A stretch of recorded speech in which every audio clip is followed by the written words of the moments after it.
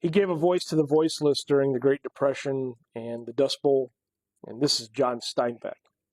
I'm Matt Haswin. I'm a history teacher, and I'm just here to improve the depth of knowledge for folks that want to watch these videos. So let's get into John Steinbeck. He wasn't born into privilege or power, and but he did become one of America's most powerful literary voices. He's a personal favorite of mine.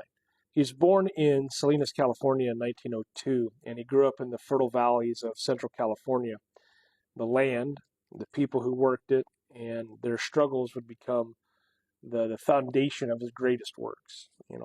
After attending Stanford sporadically, he never earned a degree.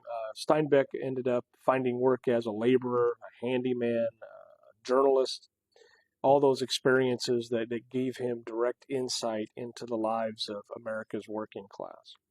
In the 1930s, during the depths of the Great Depression, Steinbeck began writing novels that didn't romanticize life. Instead, they confronted it. His 1937 novella Of Mice and Men told the heartbreaking story of two displaced ranch workers just trying to find security and friendship in a world that just offered neither. But really, it was The Grapes of Wrath, published in 1939, that changed everything. The Grapes of Wrath is a powerful chronicle of the Joad family, who were forced off their Oklahoma farm by economic hardship and environmental disaster. And as they headed west to California, they discovered that the American dream is not only elusive, but it's sometimes rigged against them. And Steinbeck's just raw, emotional, and socially conscious storytelling painted a damning portrait of systemic injustice. And it won him the Pulitzer Prize for fiction. But The Grapes of Wrath was controversial. Many accused Steinbeck of being a communist or a propagandist. California landowners were enraged, but he stood by his words. He said, "I want to put a tag of shame on the greedy bastards who are responsible for this." During World War II, Steinbeck worked as a war correspondent, and he embedded himself with U.S. soldiers, writing dispatches from North Africa and Italy. He believed that writers had a responsibility to witness, not just imagine. In the 1950s, his works evolved. East of Eden delved into good and evil, inheritance, and the Cain and Abel story set in the Salinas Valley. In one of his most personal novels, which he called his magnum opus. I mean, it was his thing. But then in 1962, he was awarded the Nobel Prize for Literature for his, realistic and imaginative writings, combining as they do sympathetic humor and keen social perception. But the honor wasn't without criticism. Some in the literary elite dismissed him as too simplistic, too popular, or too political.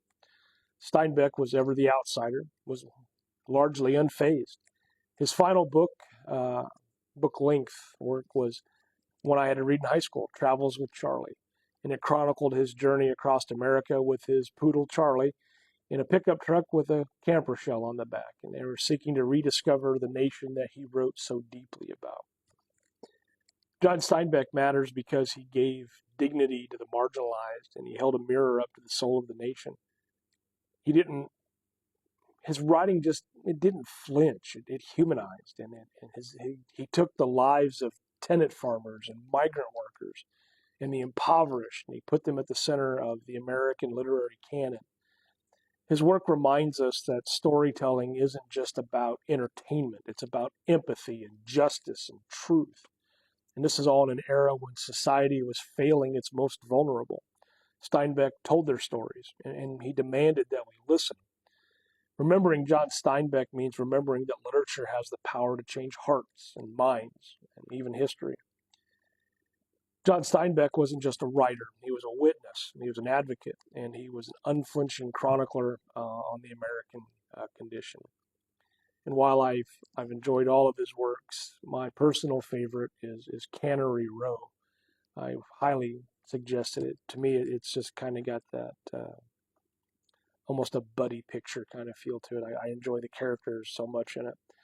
Anyway, If you enjoyed this, if you liked it, learned something from it, please like, comment, follow, share, question for more things that you should know by being alive. Because as I feel, knowing voices like John Steinbeck, well, it helps us better understand the power of storytelling, especially when it comes to shaping justice and compassion. So thanks for watching.